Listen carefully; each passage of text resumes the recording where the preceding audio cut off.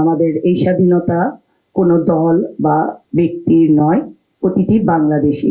এবারও যদি তাদের উপর ভয়ভীতি দেখানো হয়, তাহলে আমাদের এই সম্প্রদায়, এই কমিউনিটি একদম শেষ পর্যায়ে চলে যাবে।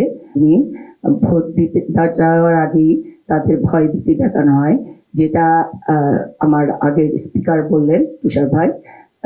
এই ভয়ভীতিটা এখনো বিভিন্ন জায়গায় দিচ্ছে আমাদের অপোজিশন পার্টি। আপনারা দেখছেন যে জামাত উমেন্স নিয়ে নানা রকম মন্তব্য করছে, আর যারা সংখ্যালঘু আছেন তাদেরও ভয়ভীতি দেখাচ্ছে যে ভোট তাদের দিতে হবে। আজকে আমি যেই জায়গায় দাঁড়িয়ে আছি সেটা নতুন বাংলাদেশ। আমরা জুলাই গণ অভ্যুত্থানের মাধ্যমে যেখানে আমরা স্বাধীন হয়েছি, আমাদের এই স্বাধীনতা কোনো দল বা ব্যক্তির নয়, প্রতিটি বাংলাদেশী। আমি বিশ্বাস করি বাংলাদেশ সম্প্রীতির দেশ। টানা তৃতীয়বার অর্জন করেছে দেশের সেরা সুপার ব্র্যান্ড স্বীকৃতি বসুন্ধরা টিস্যু। এখানে যারা সংখ্যালঘু সম্প্রদায় আছেন তাদের আমরা চেষ্টা করছি তাদের নিরাপত্তার যেন সার্বিকভাবে দেওয়া যায়।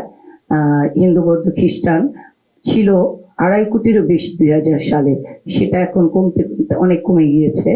এবারও যদি তাদের উপর ভয়ভীতি দেখানো হয়, তাহলে আমাদের এই সম্প্রদায়, এই কমিউনিটি একদম শেষ পর্যায়ে চলে যাবে। তারা দেশ ছাড়তে বাধ্য হয়। সেইটা যেন না ঘটে, তার জন্য আমি আমার দলের পক্ষ থেকে এবং আমি বাংলাদেশ পূজা উদযাপন ফ্রন্ট এবং হিন্দু বৌদ্ধ খ্রিস্টান কল্যাণ ফ্রন্টের পক্ষ থেকে কাজ করে যাচ্ছি যে তারা নির্বিঘ্নে ভোট দিতে পারে ভোট কেন্দ্রে যেয়ে, এবং তাদের সেই মনোবলটা আছে। তারা আমাকে অলরেডি, আমি 3 দিন আগে তাদের সাথে একটি মিটিং করেছি। তাদের 100 ক্যান্ডিডেটের ভোটের মাইনরিটি ভোটের আমি অলরেডি শিওর করেছি। তা আমি এভাবে কাজ করে যাচ্ছি। আমি আমার আরেকটি যে কথা তুষার বললেন, ইয়েস এন্ড নো, মানে হ্যাঁ আর না ভোট সম্পর্কে আমাদের